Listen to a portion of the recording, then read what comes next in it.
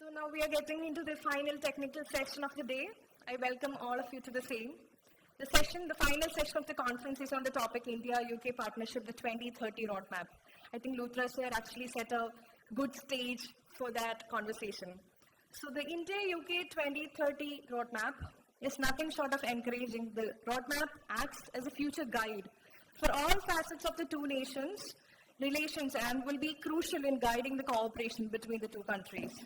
The execution of this roadmap will undergo a monitoring and evaluation process at the annual strategy review, expected to be held every year. The trade deals and partnerships and agreements all fall under this 2030 roadmap. So this final session will focus on India's trade and investment with the UK, UK's economic strategy with the region, and the role of an open and rule-based economic system in the Indo-Pacific region. So the session is chaired by Ms. Anu Anna Jo, Senior Research Associate, CPPR. She holds an MSc in Economics, specialized in Environmental Economics from Madras School of Economics. I welcome Ms. Anu Anna Jo to the dais. Now I would like to welcome our eminent panelist of the session to the dais, Dr. Gulshan Sachdeva. He is a professor at Center for European Studies, Jawaharlal Nehru University. He is a Gene Monitoring Chair, Coordinator of Gene Monitoring Center of Excellence. Now I welcome Dr. Bhaswati Sarkar. She is a professor and chairperson of Center for European Studies at Jawaharlal Nehru University. And we have Dr. Prachi Agarwal, Senior Research Officer at International Economic Development Group, Overseas Development Institute, a global affairs think tank based in London, UK. She is joining us online. And we have Mr. David White from Political Department of British High Commission in India, New Delhi. I welcome all the panelists to the session. With that, I would like to hand over the proceedings to Ms. Anu Anna Jo. A very good evening to one and all. So chairing our last session is always a bit of a challenge because we had brilliantly crafted 4 technical sessions and we had a lot of interesting ideas discussed and a lot of deliberations happened. Now to keep this session engaging is a bit of a challenge and most importantly, I'm standing in talking to you right before your dinner. I know that is the most important challenge. But I might be a bit, partial when I say that we have saved the best for the last because I have eminent panelists with me with an Indo-UK, representation as well. It's my honor and privilege to have Professor Gulshan Sachdeva, Dr. Bhaswati Sarkar, Dr. Prachi Agarwal, who joined us online, and Mr. David White. Once again, welcome you all to this panel. The session, India-UK Partnership, the 2030 Roadmap. The roadmap was adopted by both the UK and Indian government as part of a common vision of a new and transformational comprehensive strategic partnership between the UK and India. The roadmap was adopted by both the governments as part of a common vision of a new and transformational comprehensive strategic partnership between the UK and India. The roadmap included the launch of an enhanced trade partnership and the negotiation of a free trade agreement between India and the UK. And it is agreed to continue removing trade barriers on the path to an FTA and an ambitious target of more than doubling in UK-India trade by 2030. The roadmap would guide cooperation for 10 years and cover all aspects of relations between the UK and India. The 2030 roadmap is set out over the following 5 areas: connecting our countries and people, trade and prosperity, defense and security, climate and health. As a starter, I would like all my speakers to speak for 3 to 4 minutes on your insights and your thoughts on the India-UK Partnership, the 2030 roadmap. Over to you, Professor. Thank you so much for this opportunity. Both the CPPR and British High Commission. Now, since the next 3 or 4 minutes, I'm just going to touch 3 or 4 points. Since morning we have been discussing about India-UK partnership. We know what exactly the roadmap is. I mean, in our last, the dinner talk, we had, detailed discussions about this.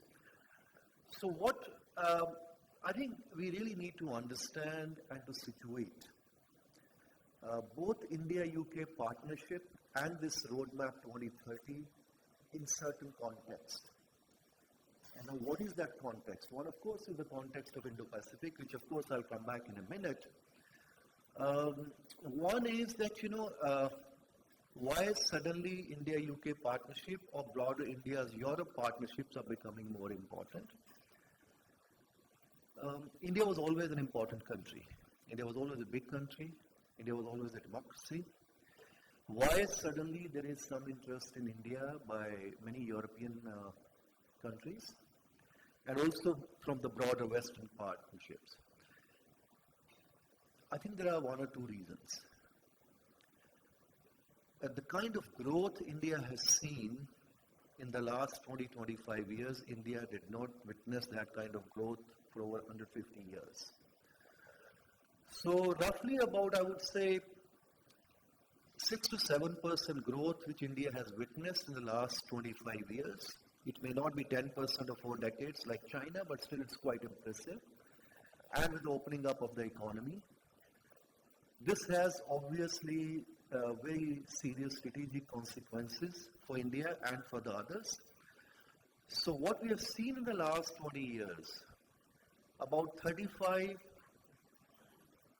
strategic partnerships for India, and also with major European powers and also with the EU, and also about 10 to 15 major trade agreements, mainly in Asia.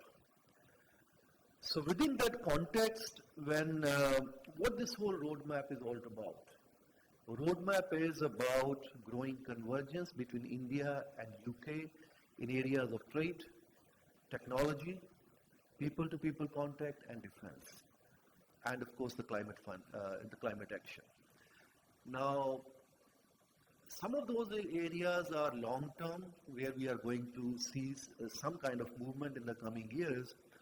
But one area where I think, which is, since morning we have seen all the numbers, is about can we get at least free trade agreement, which we have started negotiating just a year ago. I mean, it's not that we have started just a year ago. In fact, we have been, when UK was part of EU, so we have been negotiating with the European Union since 2007, and but those negotiations are separate now. But there is obviously, what you can see, there is a convergence of post-Brexit ambitions by the UK and India's strategic and economic priorities somehow coincided. And then we have this comprehensive strategic partnership, roadmap 2030, etc. Now, roadmap gives you certain institutional mechanisms, how it's going to be built through summits, through all other kind of meetings. But the first, I think the test of that to me would be whether we are able to get FTA as quickly, as soon as possible. That's what was expected. There are certain deadlines were there. Now, at this point of time, I would feel that yes, there is a very strong possibility that we would be able to get some kind of deal in the coming months. Nobody's putting the deadline because of various reasons. But whether this is going to be a comprehensive deal or this is going to be some shallow deal. Now, this is what I think nobody has any answer to this, because from India's point of view, you don't have to be a genius, since, our tariffs are much higher, goods tariff compared to British or other European tariffs. So obviously, there's more benefit to UK to have goods tariff, agreement in the goods, but at the same time, there is also expectation in India that maybe we can have more in the services sector, but in the services sector also we know that the British companies are also pretty competitive. And of course the main thing is also about the mobility.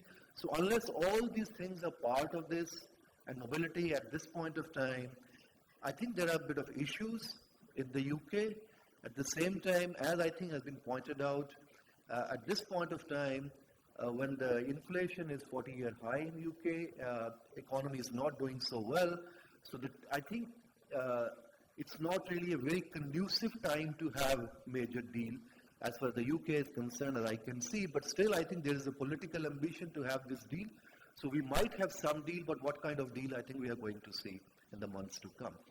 Now, the second point about Indo-Pacific.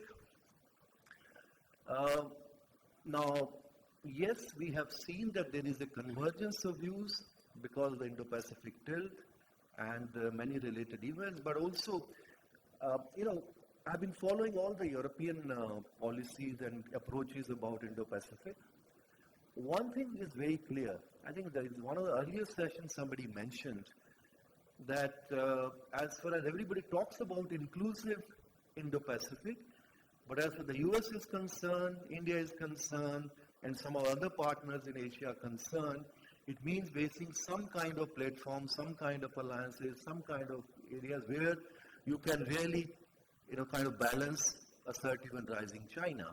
But in the approaches from Europe are slightly different. We must be very careful about this. For most European countries, now UK is slightly different compared to other Europeans, they have, for them, China is very much part of the Indo-Pacific. It's not that something you build. So how do you really work cooperatively? Because this is Indo-Pacific, an area in which UK and many others would also like to see many more economic opportunities, because this is the area which is going to be. So all kind of trade agreements, etc., including with India and with the CPTPP and others, which we can discuss perhaps later, which are part of the British strategy to be part of this. So there are slightly different approaches, what we have with the Indo-Pacific than many of the Europeans, so we have to be careful about this. So I think this is what we have at the moment. There is a growing convergence. But of course, there is, as I think, Vice Admiral mentioned earlier, this is a complicated relationship. There are also legacy issues, and all those legacy issues, they have positive and negative impact on, all our relationships. So we'll have to live with this. And in between, when there are certain developments happen, as what is happening now in the last, few weeks, I think many of these developments will have implications. It will slow down some momentum. It can have a different kind of impact. So we have to be careful about those. Anyway, we'll be happy to discuss specific issues, when I say. Thank you. Thank you, Professor Gulshan, for touching upon FTA, Indo-Pacific growing convergence. Thank you. Next, I would like to invite Dr. Bhaswati Sarkar for her remarks.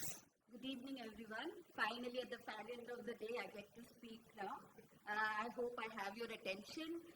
Thank you, CPPR, and British High Commission for organizing this. Thank you all for, still attentively looking at us and thinking that something new is going to come out of what we are going to say. Since morning, we have been discussing about this partnership and about the roadmap 2030, which is the specific, kind of focus of this session. Talking about that, what was mentioned in the dinner talk by Admiral Luthra, I think that was very important in terms of looking at the relationship, given the history of that relationship. I mean, you cannot dissociate the colonial past.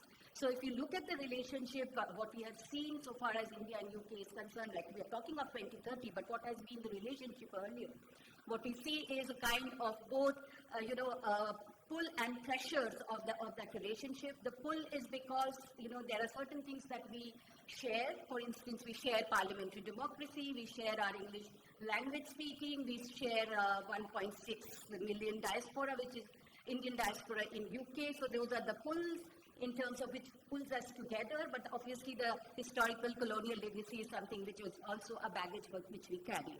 Having said that, I think one of the issues which I would like to draw your attention to when we are talking about this partnership is in terms of migration and mobility, because this was another pact which was inked between these two countries. I think it is important to talk about this, especially given the kind of, demography that we see in terms of when we look at India, we talked about various strengths of India. We talked about the economic rising, economy, the growing power that we see. We also talk about the demographic dividends, right? A young population, aspirational society. And then we look at UK or we look at Europe at large, we see an aging population, aging society. So there could be, in a sense, synergies there in terms of movement of people. But those things are not that simple. We see that these actually can become very big sticking points in terms of mobility and migration because, at different points of time when we look at this relationship, very interestingly, I would just draw your attention to, before this 2030 roadmap, there was a report which was entitled Building Bridges, Reawakening UK-India Ties 2019. So what was this report talking of?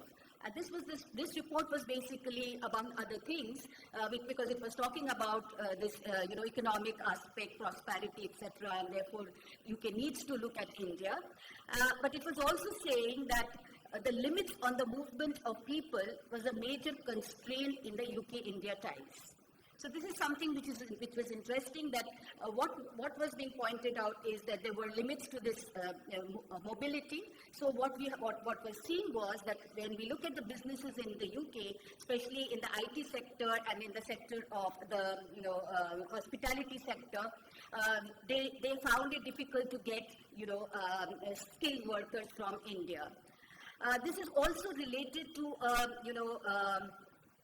a decision which was taken in 2012 by the UK government, which cancelled the post-study work visa that had allowed international students to work for 2 years after their graduation. So why I bring this to your notice is because this was done in 2012. This was again revoked in 2019 by Boris Johnson.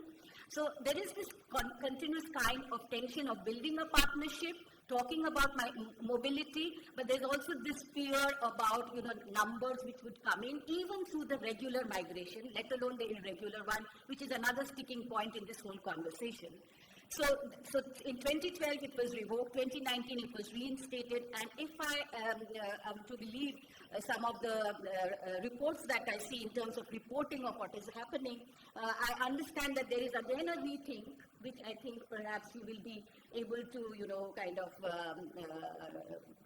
substantiate, that there is now again a rethink that this would again be reverted back to some 6 months post-study. And there is again then a tension between what the government is trying to do in terms of, one branch of the government is trying to do in terms of curtailing the numbers, and the other, for instance, in the education sector, saying that this is something which is not working. So what essentially, I know that this is 3 minutes which is given to me, so I will not go into the details, but basically what I want to flag is that this migration and mobility is something which is an important issue area for India and the UK.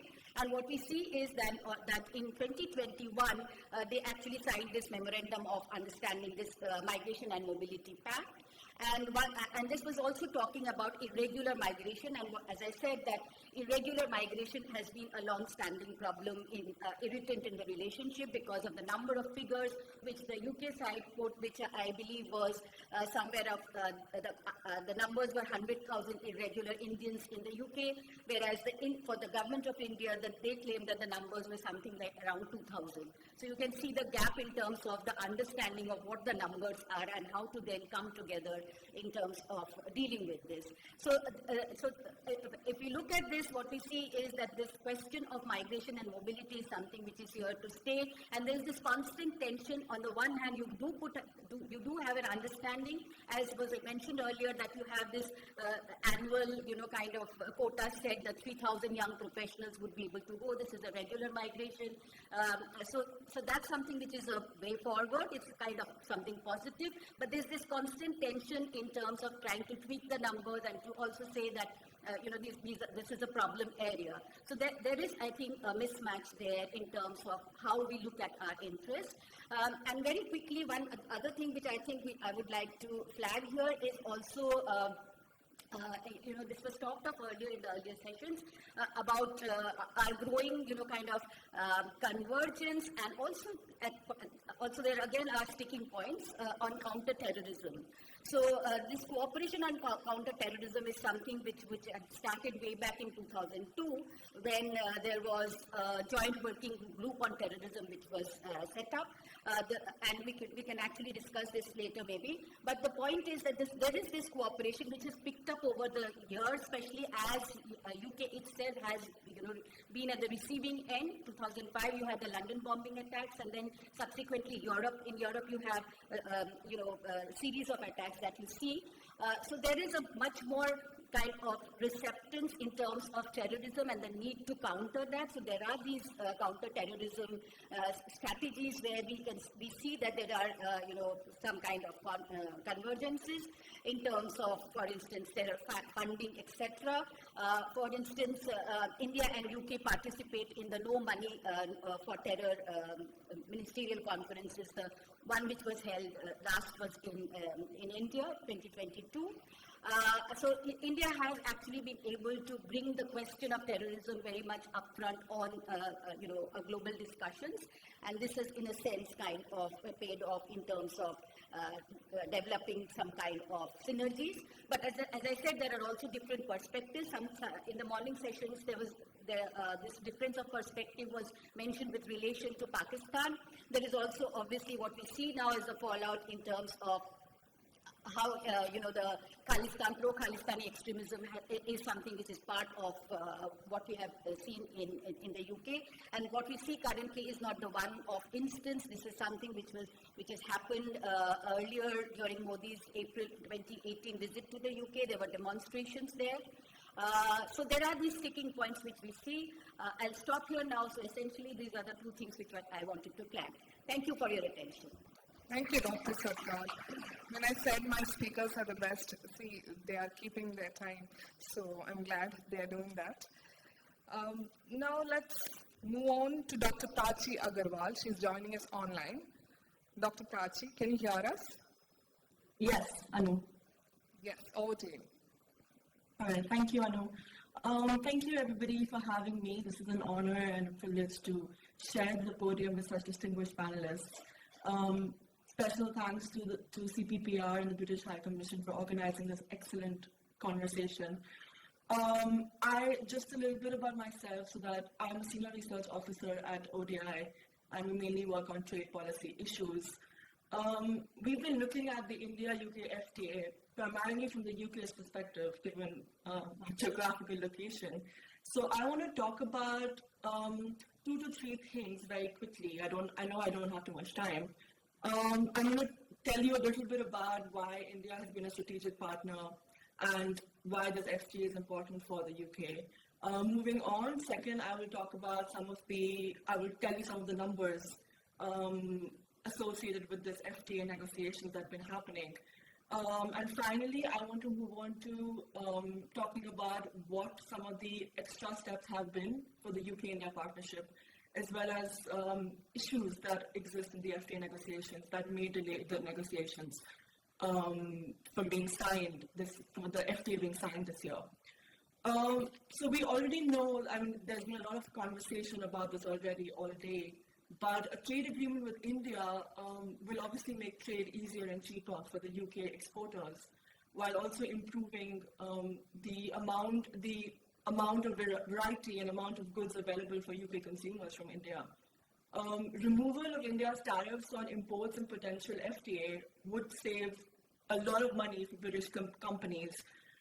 It would also mean that there'll be more jobs in the UK, there will be more exports, cheaper imports to build on production.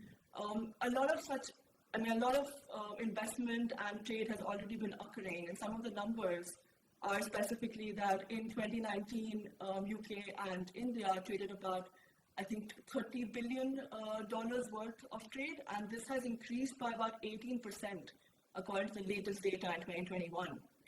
In terms of investment, UK's investment in India was about $20 billion, according to the latest data what was available, and India's investment in the UK is about $12 billion.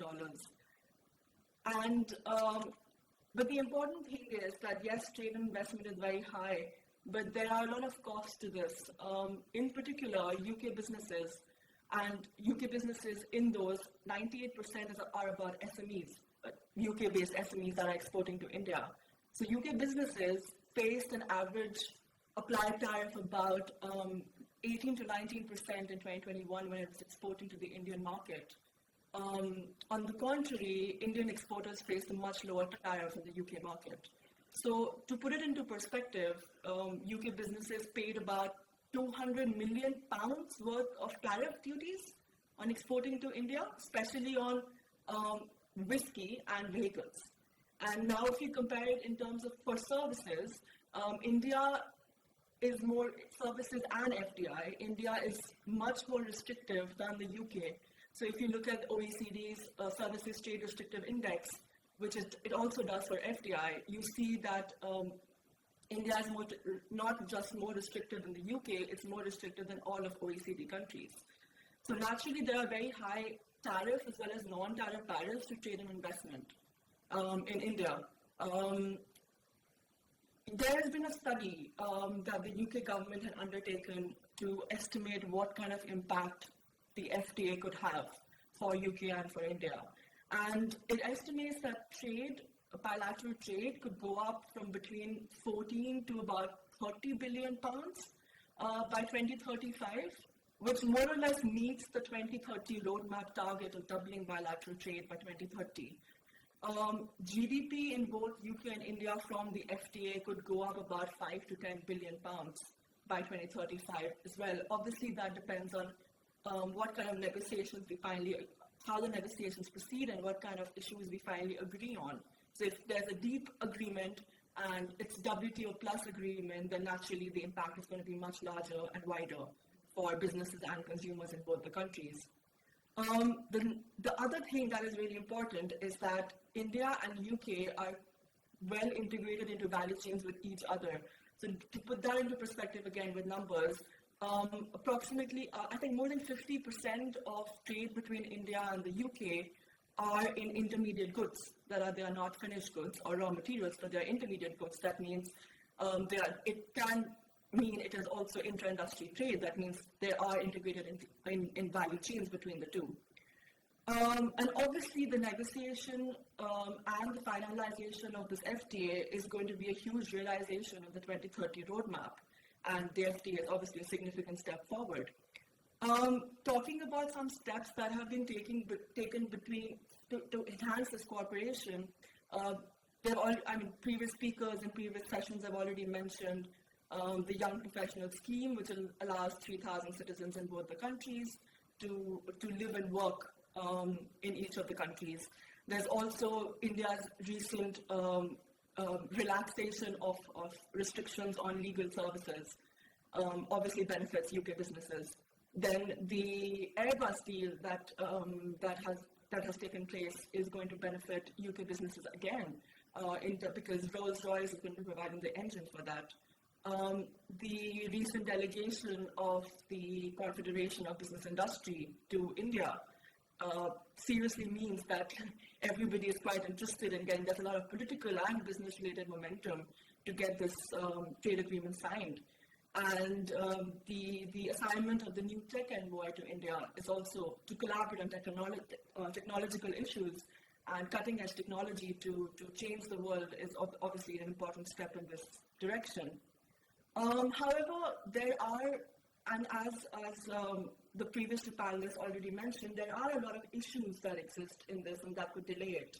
There's been a lot of political upheaval and political issues that have been happening the last 1 year that may or may not delay the agreement. But the important thing to understand is that this is quite normal. Like in most trade agreements, there will be political momentum and there will be political barriers. But every time, I think it is important for the UK and India to sign this agreement on purely economic basis. For economic basis, the issues for the UK would be the fact that India is very reluctant when it comes to investor-state dispute settlement, so investments. There is also a lot of push within the UK to decarbonize the Indian economy as part of the FTA, which might be a difficult thing to do, although there is a lot of work and momentum already in terms of climate finance, but which the UK has been providing a lot of expertise to India and vice versa. There is also the issue of data localization and protection in India, which the UK businesses are quite wary of. The other issues are obviously high tariffs and the market access restrictions on services and investment in India. So we can obviously talk about these things more in the rest of the session, but I'm going to stop here so we have more time for that. Thank you. Thank you, Dr. Prachi, for touching upon the FTA negotiations, issues and challenges very briefly. Now let's move on to Mr. David White. Thank you very much. And good evening, everyone. I'm the first person today who's not going to thank the British High Commission for organising this event. And that's largely because, although we are partnering, all of the work has been done by CPPR. They're the people that have brought all of us together, and have done a fantastic job, so thank you to them. Now, we've heard that the relationship is complicated. It's incredibly broad. There's a lot of history, some of it incredibly recent. And the head of a major public policy think tank in Delhi once said to me that, you know, the problem, David, is that it's just the relationship is emotional in a way that it isn't with other countries. And that's all true. And we've also heard that, especially recently, there is a lot of convergence, including at the very top. So the two prime ministers, India's had one prime minister, the UK's had three, but Prime Minister Johnson, Prime Minister Truss, Prime Minister Sunak, all absolutely committed to developing and furthering the relationship with India. And as the title of this session sort of gives away, and the keynote speech over dinner highlighted, the core of this is the upgradation of the relationship to a comprehensive strategic partnership in May 2021, the first European country that India has elevated its relationship to that status. And next to that, as if you like, a work plan, this 2030 roadmap. And if you read it, it's all entirely public. It's on the internet. It's not the most interesting read, but it's big and it's comprehensive. There's more than 100 lines of work encompassing activities across both the UK and India government and across the UK and all of India. And I'm just going to go through the 5 pillars that you've all heard about very quickly and try and just put some meat on the bones of what it means and why it's important to both. So the first pillar, connecting our countries and people. Prime Minister Modi talks about a living bridge between the UK and India. And we've heard already that a big part of that is 1.6 million diaspora of Indians, people with Indian connections living in the UK. There's also, at any one point, a huge number of people from the UK in India. In fact, at the start of the pandemic, in March 2020, the UK repatriated 25,000 UK citizens from India back to the UK. There were more people there, but those were the people that wanted to go home on more than 80 flights. It was the biggest repatriation the UK has ever done in history, and it just shows the number of people that are in India at any one point. We also signed in parallel a migration and mobility partnership, which we've heard about. Lots of people have mentioned today the Young Professional Scheme, which takes 3,000, some will say only 3,000 people. That's just the first stage in that, and that's only one part of a much bigger program. We're also collaborating in education, research, culture. The British Council has a huge program in India. The Nehru Centre in London has a big cultural program in London and across the UK. And as part of this pillar, we also dramatically increased the level of senior bilateral engagement between the UK and India. So ministers going backwards and forwards, delegations, lots of talking, and engagement also in multilateral fora. So India's just had 2 years on the UN Security Council where we collaborated incredibly well. The last but one speaker highlighted tensions on CT, but I'd point out that last September, India convened the UN Security Council's Counter-Terror Committee in Mumbai and Delhi, and the only cabinet-level attendance from a P5 member was from the UK. Also, the India's hugely ambitious G20 presidency, both in terms of scale and logistics, 215 meetings across every state and union territory in India is in itself a logistical Goliath. and then there is an agenda to go with it. No one has ever done the G20 quite like India. The UK is fully committed to supporting a presidency that delivers for India and the whole G20 and the Global South. The second pillar was trade and prosperity. We've heard the last speaker talk about the FTA. That's obviously the heart of it. We're also collaborating in multilateral fora, so the G20 I've mentioned, but the World Bank, the IMF, and we're increasing our trilateral development cooperation. And one core part of that was mentioned earlier is the new Global Innovation Partnership. It's a £75 million program, which is funded 50-50 by the UK and India. It's run 50-50 by the UK and India. It's the first time India has done this with anyone, and it will support climate-smart investments into good, innovative practice in India, upscale that, and take it to countries across the Indo-Pacific to support climate-smart initiatives and healthcare. Then defence and security. Both the UK and India, we've talked about, are committed to a free and open Indo-Pacific, and that obviously means maintaining trade routes across the Indian Ocean, keeping choke points open. Just this morning, a demonstration that we've moved beyond tabletop exercises when exercises are to be hosted by India.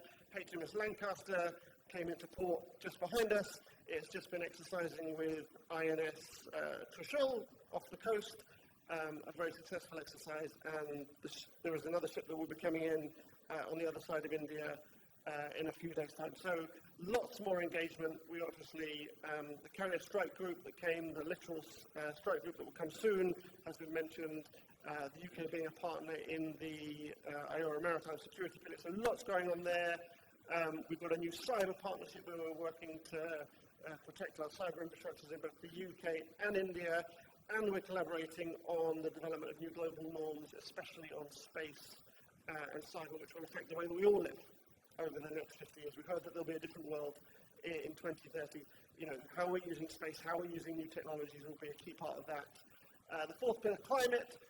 COP26 was a huge moment for the UK, and you know, our efforts to maintain 1.5 degrees warming across the world. Prime Minister Modi coming to Glasgow, making huge commitments, and then India following up on that during our presidency, including announcing a new nationally determined contribution, playing a huge role in making that a success. And then the fifth pillar is on health. The most obvious example of collaboration here is the Oxford University AstraZeneca collaboration on COVID Shield, and there's a large number of other things on health that I won't go on, and I will stop very soon, but I just want to highlight a couple of bits of progress over the last year in 2022. Prime Minister Johnson came to India, reviewed the roadmap with Prime Minister Modi, signalled yet further political investment in the relationship. I'm sure Prime Minister Sunak will want to come to the G20 summit in September in Delhi. We signed a mutual recognition of academic qualifications MOU. The vaccine partnership between Serum, AstraZeneca, Oxford University continued. We've talked about the young professional scheme. Just to give one further example of how actually it's much bigger than this, we issued 1.4 lakh student visas last year. That is up from just 34,000 in 2019. Indian students are now the biggest cohort of students in the UK. So as Admiral Luther said, over the last 5 years, the relationship has shot up, and we hope that it will continue to. There is certainly the political will on both sides for it too. Thank you, Mr. White, for that very hopeful and positive remarks. So, let me move to Professor Gulshan Sachdeva. You briefly mentioned comprehensive and progressive Trans-Pacific Partnership. The present ongoing negotiations for the UK's emergence into the comprehensive and progressive Trans-Pacific Partnership can be seen as reflective of a wider strategic shift towards the Indo-Pacific region. What kind of an effect will the UK's participation in CPTPP have on the country's existing trade relationship with India? What can we envision for 2030? Thank you. Before I come to the CPTPP issue, just one point I forgot, just trying to finish quickly what I was saying in 3 minutes. One thing we must also recognize that what has really happened in the last 1 year in Europe, particularly the Ukraine war, is going to have some impact on India's ties with the UK and also with other partners.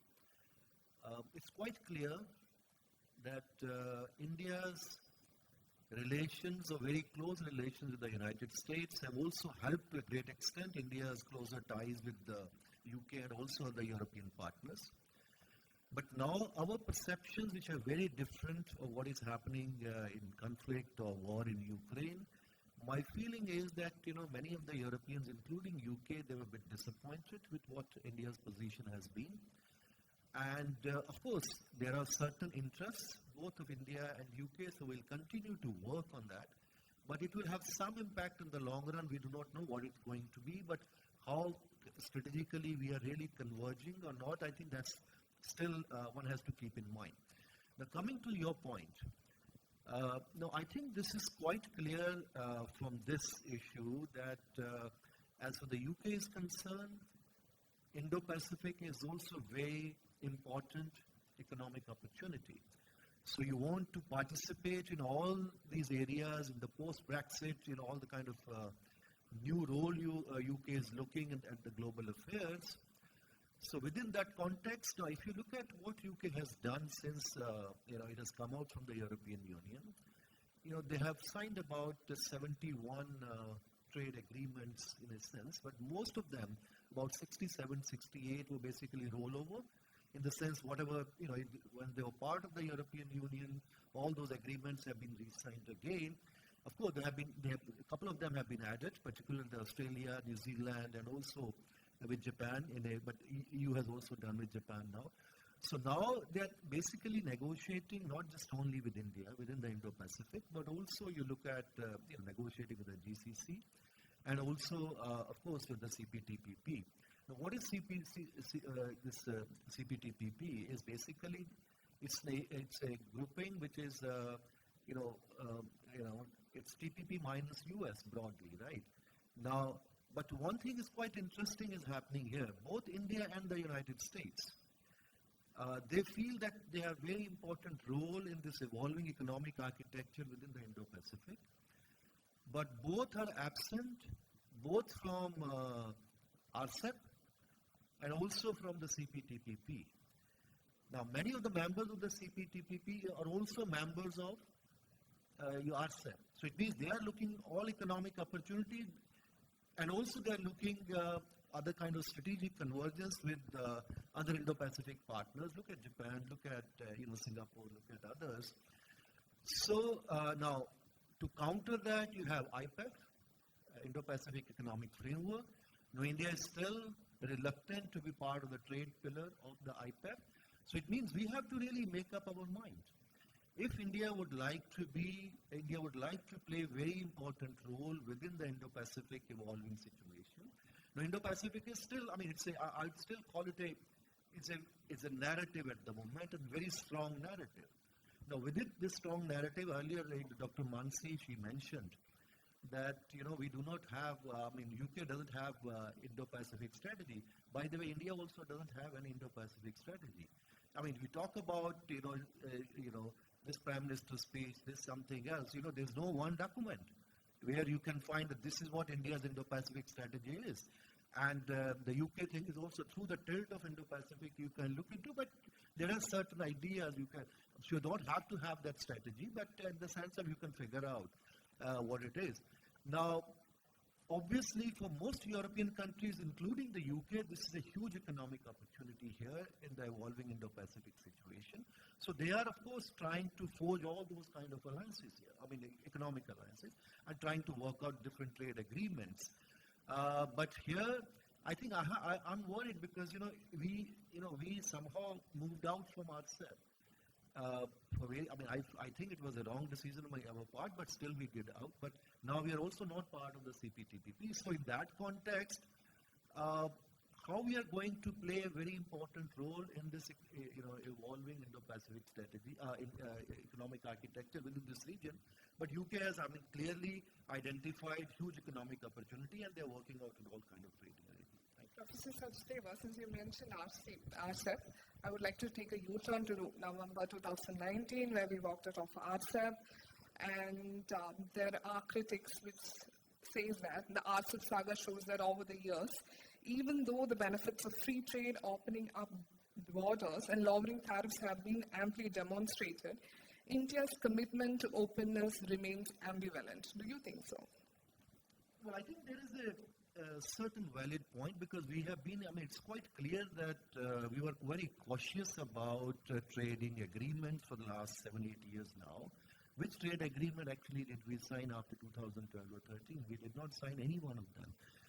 In fact, even with the European Union, our negotiation got frozen in 2013 because, I think the perception was that, all the trade agreement which was signed before that, we did not really take full advantage.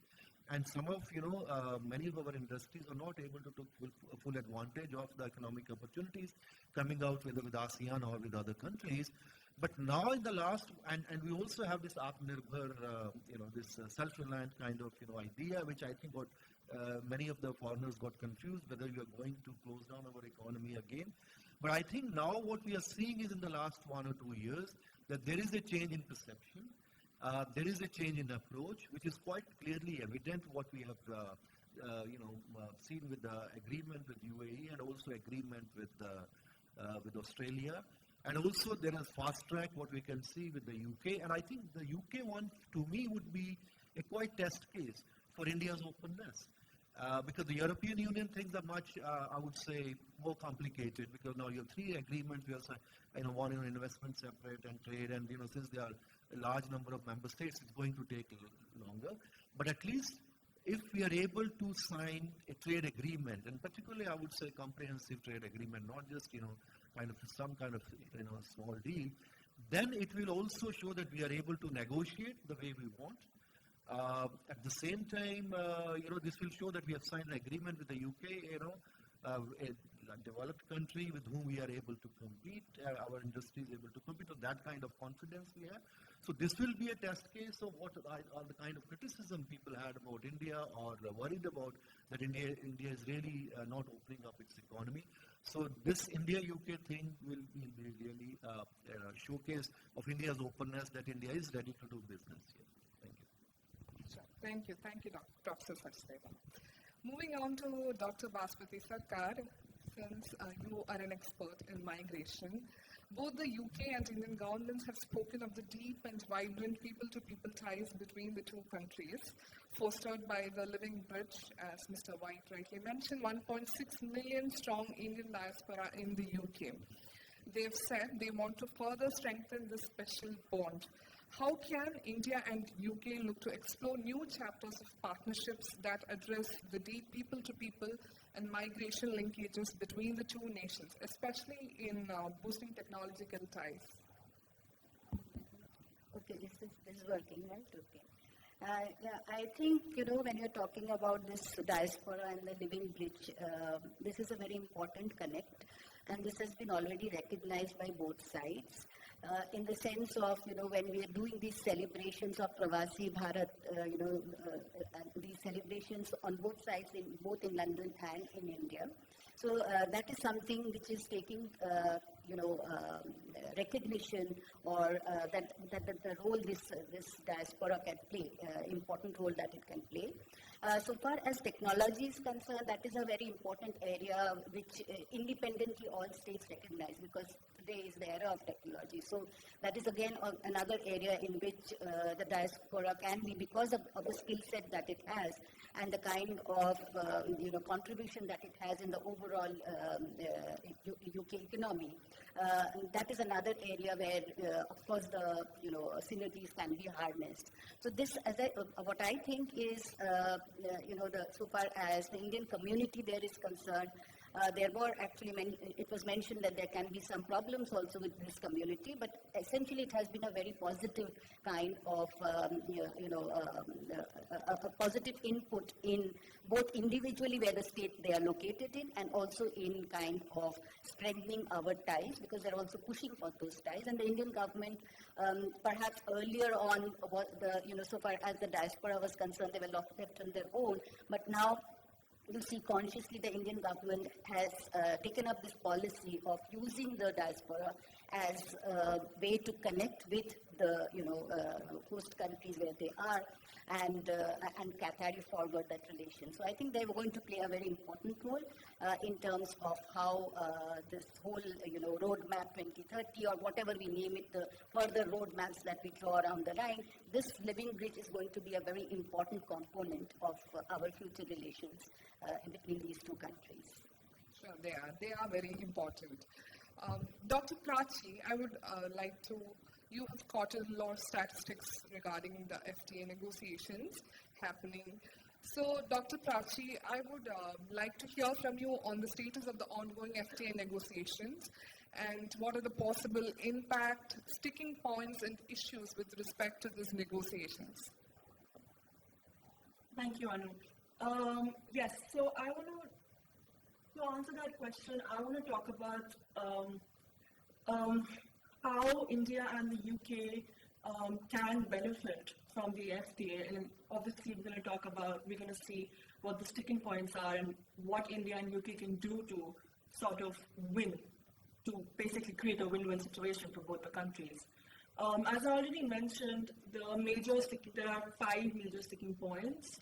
There's immigration, there's the data policies, there's IPR, there's services, and there's investment. And then there's a 6th one on agricultural goods. To begin with, migration, India is obviously looking for simplification in the UK's business and temporary visas for professionals. Here, what the UK could do is it could grant additional easing in immigration rules, especially focusing on IT and healthcare sector. So, for example, the registration procedures for Indian doctors or any doctors or medical practitioners in the UK are very complex. And the licensing procedures are also very complex. So perhaps there is some leeway that could be offered in terms of healthcare workers in the UK, and the UK is already facing a lot of issues when it comes to the medical sector. In the other point is the IT sector. Although the Young Professional Scheme is going to support the IT sector in a big way, there is an issue of something called the intra-company transfer, the ICT visas. Just to give you a bit of background, in general, if you move to the UK, you on a professional visa, which is a skilled visa, you get to work towards the 5-year plan of the UK, where you can get an indefinite leave to remain, and you can apply for British citizenship, etc. But if you're on an intra-company transfer visa, you cannot do that. You cannot work on the same path to attaining any kind of permanent status in the UK or permanent residency in the UK. So perhaps there is some room for maneuver when it comes to intra-company transfers. And intra-company transfers are the most when it comes to the IT sector. Indian IT workers coming to the UK for working in the same company. Then the second issue is the data policies. So data protection is a major issue for UK businesses that are hoping to invest or do business with India and under the FTA because of the absence of a GDPR-like protection in India.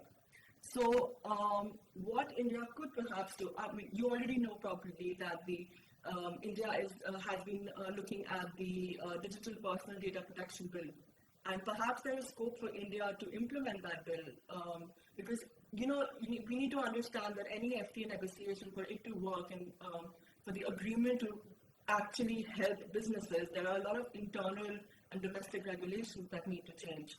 So for data, India might want to hasten the process of implementing this bill, this data protection bill that is pending in the Indian Parliament. This is obviously going to be an important step towards better data protection and meeting UK business standards. The other issue is, like I mentioned earlier, is the data localization issue, which requires UK firms to store data which is generating locally in India. For a win situation for the UK, India could offer some kind of leeway when it comes to special time-sensitive privileges to UK businesses on overseas storage of data. This There is obviously precedence to this that India granted such access to major tech companies like Facebook and Apple. So maybe UK businesses could benefit from similar privileges as well. Then the third issue is intellectual property rights and intellectual property in terms of medication and medicines. The harmonization of intellectual property rights under the FTA could, especially patent laws in the UK and India, could affect the provision of affordable and life-saving generic medication in India. So, as you already know that in the UK or the NHS already imports a large proportion of Indian generic medications, medication, and if the UK permits India to maintain its IP laws, the issue in India would be that the Indian population could benefit from keeping its generic medication exports alive, but also within the UK, the NHS could considerably reduce its bill when it comes to generic medication. The other thing is because trade links already exist in generic medication between the two countries, this could help the UK secure supply chains when it comes to this. And the last issue. I'm afraid I could. Can you please wrap it up in 1 minute? Sure, yeah, I'm just coming to the last issue, which is the investment issue. The UK obviously wants India to liberalize its highly protected services market in professional, financial, and telecom services. And India obviously remains very apprehensive, and as I mentioned in my figures before, India is considerably restricted when it comes to these sectors. So any trade deal, any FTA without services would be quite a shame, and it's going to not benefit anybody because both the countries are very large service exporters, and there's substantial complementarity when it exists between what kind of services both these countries trade in. And so I'm going to stop there, but maybe we can come back to that later. Thanks. Thank you. Mr. White, you've mentioned the advancements at COP26, climate smart and energy efficient innovations. So in what ways will the India-UK roadmap for 2030 address the challenges and opportunities posed by the global shift towards renewable energy and low-carbon technologies? Thank you very much. So the UK is supporting India's green transition, its low-carbon transition in 4 big ways. The first is in providing expertise through programming. So we have some huge programs going across India, the Accelerating Smart Power and Renewable Energy Program, Power Sector Reform, and as I mentioned earlier, the Global Innovation Program, which will take climate smart innovations to other countries across the Indo-Pacific. We're partnering on science and technology. So we've made a £113 million investment in research at centres across India through our UK Research and Innovation Agency. Number 3, we're supporting India to access finance, which you can deploy domestically. We're planning an additional £1 billion of investment through British Innovation Partner, through British Investment International. So not as big a tongue twister as CPTPP, but don't quote me. 560 million we've invested in the Green Growth Equity Fund, and as was mentioned earlier, we are guaranteeing £1 billion worth of investment from the World Bank into India, so we've taken that risk onto the UK's balance sheet. And the fourth is engaging constructively across the climate and energy agendas as part of India's G20. Thank you so much. So since we are running short of time, we can only take one question from the audience, and I'm going to challenge my audience here. Shoot one question that can make your dinner worth waiting. I did repeat this question in the previous talk session, but I will do it again. So, considering the fact that UK has a lot of borrowings right now, and post-Brexit, they are having an economic struggle because most of the MSMEs are facing a lot of issues, with sending their products outside UK because after the exit from EU, there has been a lot of bureaucracy issues, and most of the items that are being sent out are being held at the customs, or they're not going out. And because of this, most of the companies, at least the smaller companies, are going for their base of operations in countries like Poland, Netherlands, and other countries where the ease of doing labor has been much more easier, considering the fact that now EU doesn't have the labor which it initially had. Now, my question is, if smaller companies can opt for countries like Poland and Netherlands for labor, why would EU actually consider taking Indians there, and how can this increase employment opportunities for us? Do you have any particular speaker to answer your question? No, the panel is open to everyone, so.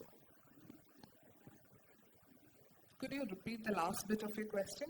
Yeah, the last bit of my question is, considering the fact that most of these MSMEs, which was looking for cheaper labor, are moving their base of operations to countries like Poland and Netherlands, where is the opportunity for Indians to come in and contribute? Because now EU, there are companies are thriving on got this. it. Yeah.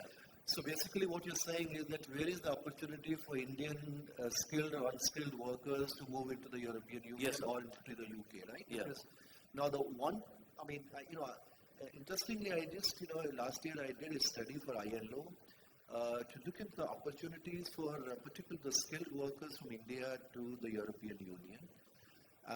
Now, what we really found that there are a large number of countries where actually, in fact, all the countries within the European Union, and also that applies to UK as well, they are obviously looking for skilled migration, right? Now, that's much in demand everywhere. But the problem is skilled migration doesn't stay in one place. They just go and work in one place and then they move to another place. Now, the problem is, I wouldn't say the problem, where is the opportunity for those people, those who are not that high skilled? Relatively, I would say, semi-skilled or unskilled people, is there any opportunity for those kind of people?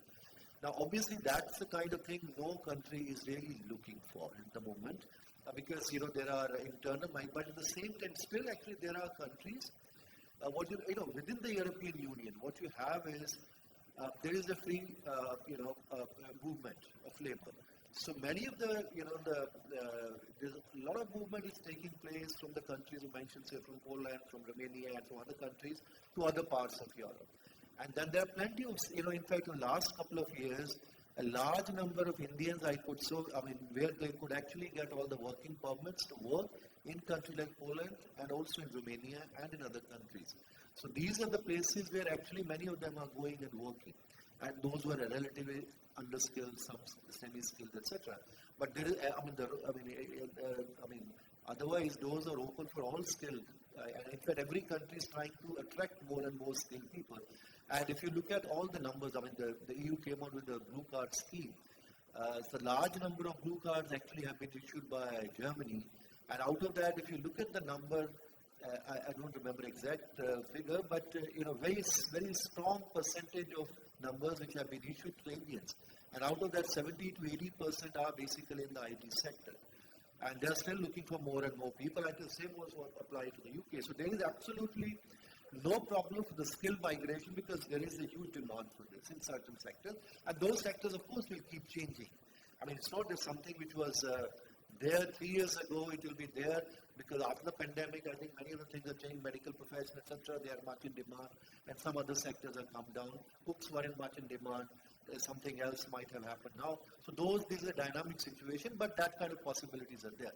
But, I think there is a scope for all kind of skill migration because demography is they have a problem and they would continue to import.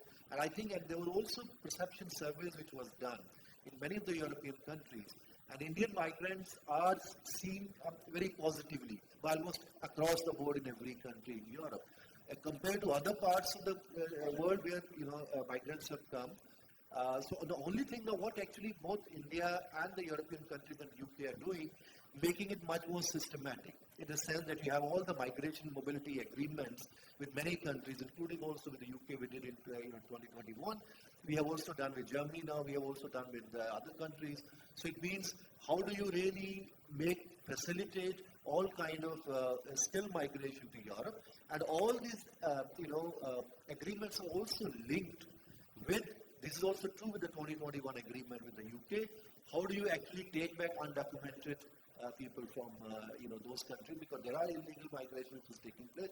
To how do you really stop that? How do you make it more transparent and more friendly to people those who are going there? So now again, UK you can do it bilaterally, because even within the EU, because competency as far as the migration mobility is concerned, this is still the national competency. So you have to do those agreements basically with member states of the EU. So this is what I think that now you can see the trend all over. All the summit meetings which have taken place between India and any of the European leaders, in fact, this is one agenda which we have been working very, I think, systematically. How do you really sign those agreements and facilitate all those kind of migration? And now, since this is also part of our trade agreement, a certain part of mobility, in fact, this is the sticking point, I would say, where you ask where is the problem. This is one of the main problems, because if India is not able to get any favorable kind of migration and mobility kind of component of this FTA, then then India would feel that that's not really much of an advantage, because as I was saying, the goods sector, obviously British companies are going to benefit more. Of course, some of other companies like our sectors like textile sector and leather sector, etc., they will also benefit. And the services, we are both competitive. And this is one area where we feel that we'll have something, we have to make the thing balanced. And if we are not able to get it there, that's the sticking point, I think, which will make a big difference. Just to add on to that, I talked about demography and in terms of aging population and demographic dividend. So aging population would automatically also mean more, requirement for healthcare. Both in terms of care of old people and also in terms of the health services generally provided. So that's one sector which opens up in all of the European countries, including UK. In 2016, I understand that the bursary for the nurses training had stopped in UK. Following which, the number of nurses that they have, according to some reports that I have seen, is about 27 nurses against 100,000 people.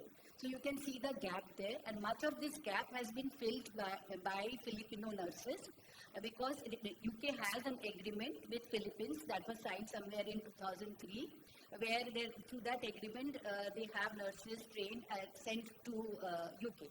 So that's one thing which is happening there. There are problems in that in terms of what happens in terms of how this is actually kind of implemented, in the sense that the nurses do come there, but there are also the various ways in which training etc. happens. So there are things which are prepped in there, but one can actually look at this agreement, because through this agreement not only what the nurses earn they send back home, but there's also some money which is given directly to the Philippines government for this for this kind of movement that you see. So, I mean, if you're looking at India, that's one thing which they can see, but of course then take what are the, disadvantages or what are the problems which are cropped into this agreement to keep it, safe for people who are moving. So that's one thing which I think is important, that because we are talking also in Indian context of skill development. So if we can match that skill development with what is required in these various receiving countries, then we can actually build the synergies well. So far as the point of irregular, which illegal is not really the term which is used, but the term irregular is a better term to use. So if for the irregular migrants, what you see is, there is of course the understanding is that they would be sent back, right? If it is proved that they are overstaying. And this has been, as I earlier also said, that this has been a sticking point. You remember the government had said that India is one of the main countries from where people overstay, and that kind of sort of derailed everything. So things do get derailed because of these kind of problems that you see. So but the point is that whether this young professional scheme of regular movement is going to take care of this irregular movement, because this irregular movement is not really in these sectors. They are in sectors which require that kind of semi-skilled, unskilled work. So whether that is going to take care of this irregular movement, not very sure. So you need to kind of think in terms of, if you are looking for this kind of a partnership and a roadmap, of a better way of trying to understand what are the problems. Simply by saying that these numbers that we have arrived at this excellent idea of 3,000 people moving it is a positive thing, but that's not the only problem that you have. You have another problem of people working there. So obviously there is work there where they're working, right? So you need to see that whether they can be actually absorbed there, can they be regularized there, or if they're deported, it's not even very easy when people are sent back. You see, even for these Ukrainian students who were studying, right? We got them back, and then we didn't know what to do with them because they were at one stage of their work in terms of study, and it was not very easy to have them, back in the system. So it's not very easy in that sense that what do you do with people who come back? And so we, at our end, we also need to create employment opportunities. That is something which we need to see. But if you're looking in terms of mobility, we need to identify, because there will be requirements not only in UK but across Europe for people, and therefore we need to have more concerted look at where exactly people can move in a regulated, regular, safe manner. Anything to add? So these are sensitive issues and live negotiations, so I'm not going to comment on that. What I will say is that bilateral trade is already worth 34 billion. One of the advantages of bilateral trade deals is that they often come down to political choices, and as I said earlier, there is strong political will on both sides to advance the relationship and sign an FTA that works for both sides. And if we do that, and I certainly hope we do, opportunities will only increase. Thank you so much. I know the vibrant audience we have a lot of pressing questions to ask. After this, we have a networking dinner, and I'm hopeful that you will not mind taking up more questions. So thank you for being great speakers. I'm pretty sure that we didn't have enough time to cover all the aspects, but I'm sure that they'll catch you up during the dinner time. Thank you so much, my speakers, and thank you for being great audience. Thank you.